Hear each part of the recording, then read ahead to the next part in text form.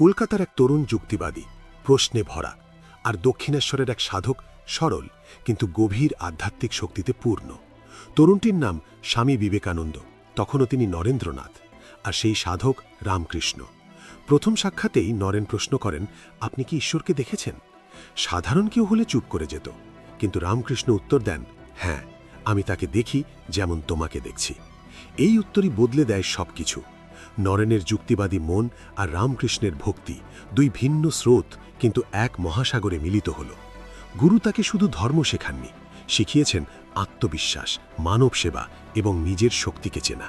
রামকৃষ্ণ বলেছিলেন, নরেন একদিন বিশ্বকে কাঁপাবে। 1893 সালে সেই নরেন স্বামী বিবেকানন্দ হয়ে শিকাগোতে বিশ্বমঞ্চে ভারতীয় ভাবধারা তুলে ধরেন। একজন গুরু চিনেছিলেন তার শিষ্যের ভবিষ্যৎ, আর এক শিষ্য পূর্ণ করেছিলেন গুরুর স্বপ্ন। এ শুধু সম্পর্ক নয়, এ ইতিহাস বদলে দেওয়া এক আধ্যাত্মিক বন্ধন। আরও অজানা ইতিহাস জানতে সাবস্ক্রাইব করুন আল্টিমেট রহস্য।